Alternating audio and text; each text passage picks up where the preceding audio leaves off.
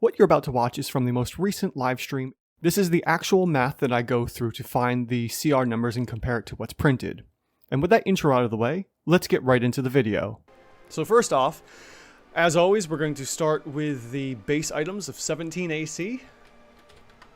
And it's a large construct with 18 D10 plus 20 Constitution, resulting in 90 hit points. Nice.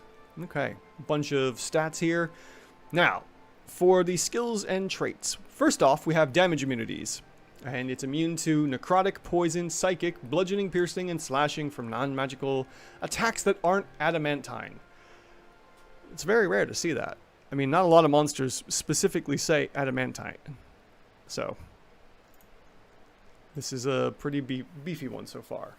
Now, right off the bat, it's saying 2 times the hit points, and we're seeing a massive jump here for what's expected to be a CR 0. And this is why this is important, because 189 hit points for a CR 0 is absurd.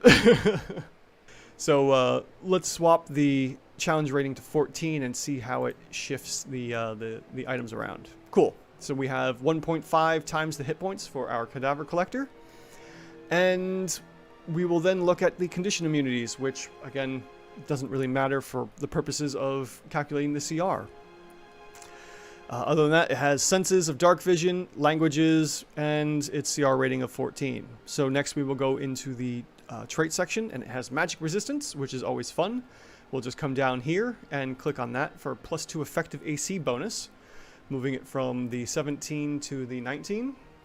And then let's see what this other item is, the Summon Spectres. Recharges after a short or long rest, so we get 1 use of it. And as a bonus action, the Cadaver Collector calls upon the enslaved spirits of those it has slain. 1d6 specters, or we could say 3 on average, without sunlight sensitivity, arise in unoccupied spaces within 15 feet of the Cadaver Collector. These specters act right after the Collector on the same initiative and count and fight until... Same initiative count and fight until they're destroyed. They disappear when the Cadaver Collector is destroyed. Alright, so the question is, do the specters add their damage to the Cadaver Collector?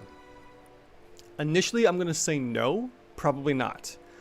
But if the CR doesn't work out in its favor, then we might have to say, okay, these specters are adding in, because once the, let's see here, once the Collector is destroyed, then the specters go away as well. So for the time being, we're going to skip over that. Let's take a look at the multi-attack, slam, and paralyzing breath that it has. So we're going to have our multi-attack here, the slam here, and paralyzing breath. We'll just do para breath. There we go. Our slam does a total of 13.5 bludgeoning. Excuse me, 18.5 plus an additional 16.5 necrotic damage for a grand total of 35. And we can multi-attack that 2 times. So that's nice and quick. So we're looking at 70 points of damage per round from our Cadaver Collector right off the bat without the specters adding in their damage. And then also we have the paralyzing breath, which we get once every 3 rounds in theory. In a 30-foot cone, each character that must succeed a Constitution save or be paralyzed, and repeats the saving throw at the end of its turns, ending the effects on itself with a success.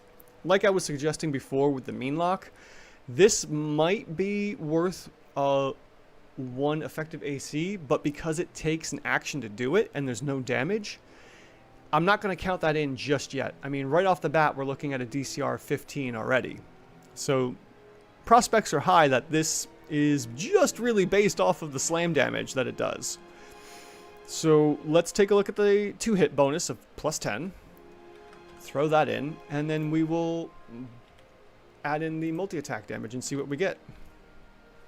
Well, sure enough, if you look over here at our table, we have a challenge rating of 14. We have an OCR of 12 plus the DCR 15, which would equal, is that 27? Averaged out, that's 13.5. Rounding up, we have a CR 14. So the base of 70 damage from our Cadaver Collector is a CR 11, and it's being modified only by a little bit because it's expecting the attack bonus of 8, and the Collector has an attack bonus of 10. That's going to be a +1 bump, and that moves it up to a 12. Now, in case of the average hit points, which is 283 and an effective AC of 19, we're looking at the 283 here. It's expecting an 18 and it has a 19. That's only a 1 change, so our numbers don't actually move from the 15. And then we just, you know, do the multiplicate or the quick math of the 15 and 12 like I did before. And because of that rounding up rule and half numbers on our CR values, this Cadaver Collector technically is a 13.5, a CR 13.5, but it works out to be a CR 14 without factoring in the specters from its Summon Spectre ability. And there you have it. That's how you break down and expose the monster's CR values. If you like what you've seen, hit the subscribe button down below and give the video a thumbs up. I post daily, and until next time, thanks for watching.